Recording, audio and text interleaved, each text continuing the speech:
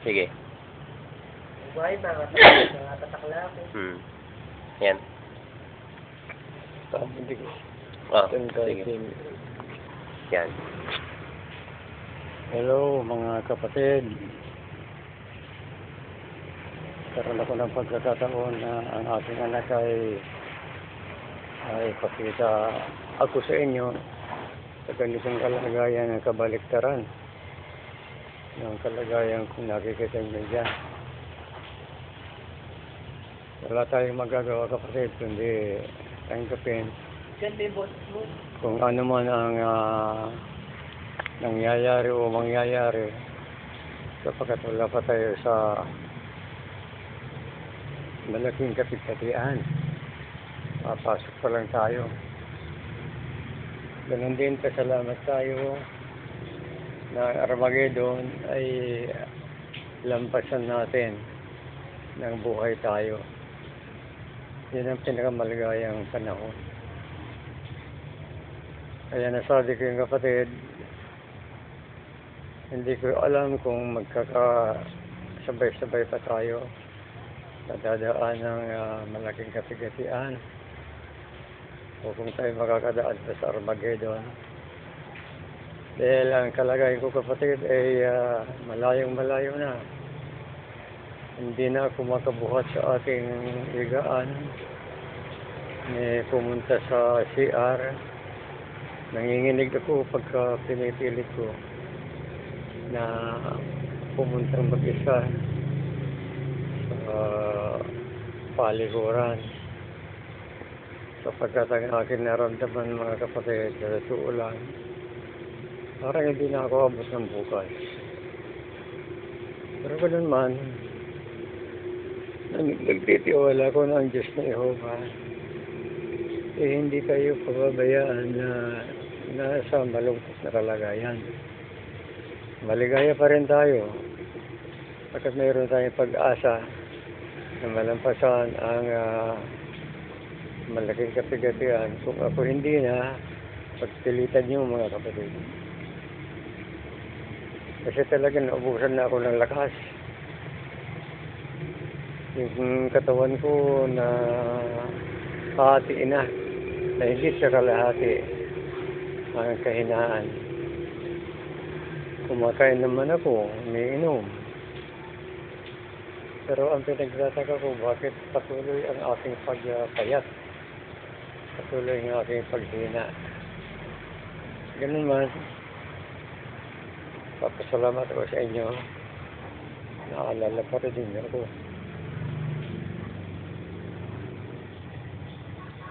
Bawat galaw ko kapatid, naghihirap ako.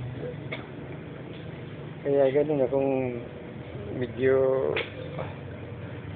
hindi ko masabi kung ano ang mangyayari kasi si Jehovah lang nakakalam. Ang mga paabot ninyong mga balita kapatid, Brother Soriano, Brother Danny,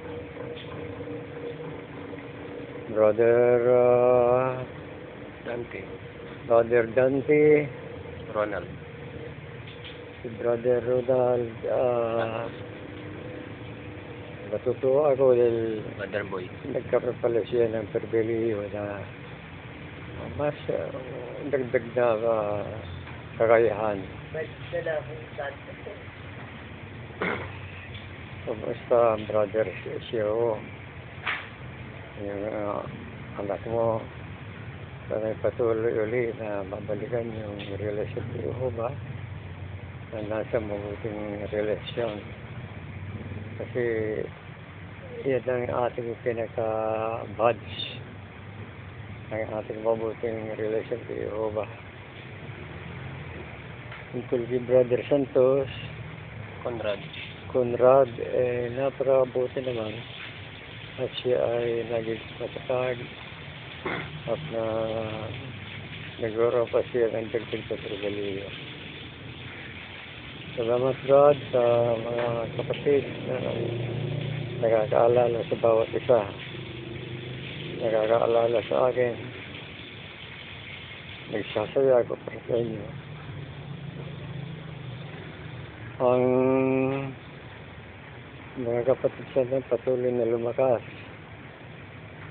Si Brother Dave, Bunan. si Sister Pabunan.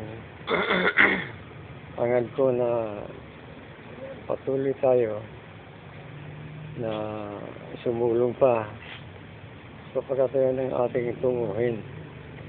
Sumulong kasama ng spiritual, mga kapatid. At pagkapanindigan sila, laban sa laman. Hindi laban sa mga kaguluhang ginagawa ng mga alis-ulis sa Satanas. Kumusta na kila Sister Lilian, Pabunan. na Sister Lilian Pabunan,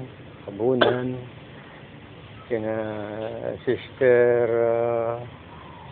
ng asawa ni Brother Ben Pabunan, at yung mga kapatid dyan sa tabi ninyo, sila Brother Payan, Punta mo lang ng kain.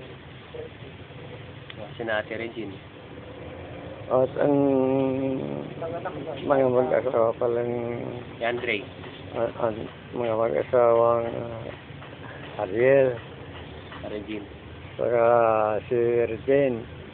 Sana patuloy tayo pang magkaroon ng ugnayan kung Andre. loobin ni Jehovah. Naminis na kayong Andre. Si Andre pala, napakabait na bata yan. Iba. Ganun din naman yung mga kapatid niya. Pero nakakita ko ng espesyal na kalidad tungkol kay Andre. Siya ay masigasig. Kung Eli, Cayetano. Si Brother Eli Cayetano, Nanay din. na hindi na yata papayat yan. O sana Brother Cayetano, kung medyo sumusobra, huwag mo talagang bigyan pansin ang mga bagay na para sa laman ay laman. Yung para sa espiritu ay buhay na walang hanggan.